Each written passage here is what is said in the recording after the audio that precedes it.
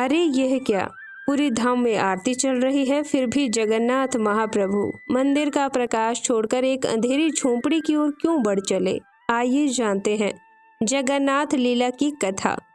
बहुत समय पहले की बात है। समुद्र की गर्जना और शंखनाद के बीच स्थित जगन्नाथ मंदिर अपने दिव्य मर्यादाओं और अनगिनत परंपराओं के लिए प्रसिद्ध था। यहाँ हर कर्म समय से होता था। आरती, भोग, शयन और जागरण। सेवायतों को गर्व था कि उनके अनुशासन से प्रभु सदा प्रसन्न रहते हैं।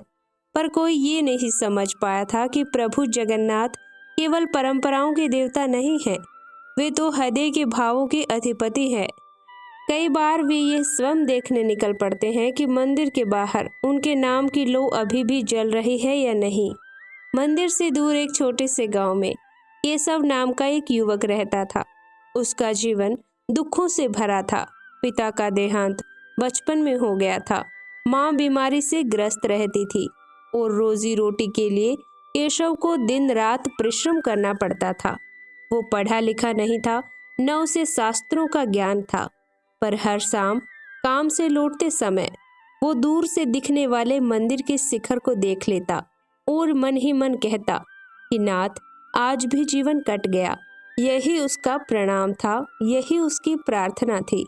एक वर्ष पुरी और आसपास के क्षेत्रों में भयानक संकट आया। पहले सूखा पड़ा, फिर अचानक समुद्र में भयंकर तूफान उठा। खेत उजड़ गए, झोंपड़ियां टूट गई, लोग भय और भूख से त्रस्त हो गए। केशव का घर भी आधा गिर गया। उस रात उसकी माँ तेज बुखार में तप रही थी। घर में ना तेल था, न दीपक जलाने की व्यवस्था थी। अंधकार चारों ओर फैल चुका था। केशव बाहर बैठा कांपते हुए आकाश की ओर देख रहा था। उसने कोई मंत्र नहीं पढ़ा, कोई शब्द नहीं बोले, बस इतना ही सोचा कि नाथ, अगर आज भी आप दूर हो गए तो ये अंधकार मुझे खा जाएगा। उसी समय मंदिर में एक अद्भुत घटना घटी। आंधी के कारण मंदिर के कई दीपक बुझ गए। सेवायत व्याकुल हो उठे। वे सोचने लगे कि कहीं ये कोई अशुभ संकेत तो नहीं। तभी गर्भगृह में विराजमान प्रभु जगन्नाथ के मुख पर एक विचित्र तेज दिखाई देने लगा। ऐसा प्रतीत हुआ मानो प्रभु किसी पुकार को सुन रहे हो। ऐसी पुकार जो शब्दों से नहीं, पीड़ा से उठी हो। उसी क्षण लीला घटित हुई। प्रभु अपनी प्रतिमा में स्थिर रहते हुए भी लीला रूप में मंदिर की मर्यादाओं को पार करके गांव की ओर बढ़ चले। आंधी और अंधकार के बीच केशव ने देखा कि कोई साधारण यात्री उसकी झोंपड़ी के सामने खड़ा है। उसके वस्त्र भीगे हुए, चेहरे पर अद्भुत शांति थी। यात्री ने धीरे से पूछा, केशव, क्यों इतना भयभीत है? केशव चौंक गया। उसने कभी उस यात्री को देखा नहीं था, फिर भी ऐसा लगा मानो वो उसे वर्षों से जानता हो। केशव बोला, महाराज, मेरी माँ बीमार है। घर में प्रकाश नहीं और मन में आशा भी बुझती जा रही है। यात्री ने कहा, तो फिर मुझे अपना अंधकार दे दो। केशव कुछ समझ ना पाया। उसने कांपते स्वर में कहा, मेरे पास देने को कुछ भी नहीं है। यात्री मुस्कुराए और बोले, जो सबसे भारी होता है वही मुझे दिया जाता है।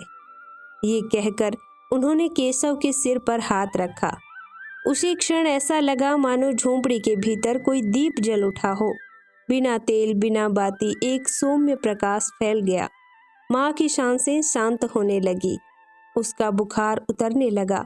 बाहर तूफान धीमा पड़ गया। केशव ने आंखें उठाकर देखा तो वहां पर यात्री नहीं था। दूर मंदिर की दिशा में आकाश कुछ उजला प्रतीत हो रहा था। अगले ही क्षण मंदिर में भी आश्चर्य हुआ। बुझे हुए दीपक अपने आप जल उठे। सेवायत स्तब्ध रह गए। उन्हें समझ आ गया कि प्रभु किसी गहन लीला से लौटे हैं। उसी रात राजा को स्वप्न आया।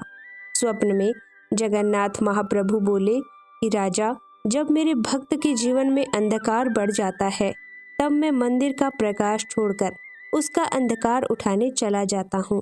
अगली सुबह राजा ने आदेश दिया कि संकटग्रस्त गांव में मंदिर से दीपक और अन्न भेजे जाएं। लोगों ने देखा कि केशव की माँ पूर्णतः स्वस्थ हो चुकी थी। गांव वालों ने केशव को चमत्कारी मान लिया। पर केशव ने सिर झुकाकर कहा, मैं कुछ नहीं हूँ। जिसने मेरा अंधकार अपने हाथों में लिया वही सब कुछ है। समय बीतता गया। केशव का जीवन फिर सामान्य हो गया। वो आज भी मंदिर के शिखर को देखकर बस मन ही मन प्रणाम करता है। न उसने कोई बड़ा अनुष्ठान किया, न कभी अपने अनुभव का ढिंढोरा पीटा, पर उसकी आंखों में अब भय नहीं था। वह जान चुका था कि जीवन का अंधकार असहाय हो जाए तब प्रभु जगन्नाथ स्वयं उसे उठाने आ जाते हैं। इस जगन्नाथ लीला का सार यही है, प्रभु केवल दीपक जलाने वाले नहीं, वे भक्त के भीतर के अंधकार को भी अपने करुण हाथों में ले लेते हैं। जहाँ शब्द नहीं, जहाँ साधन नहीं, वहाँ सच्ची पुकार है। वहीं जगन्नाथ स्वयं उपस्थित होते हैं। जय जगन्नाथ।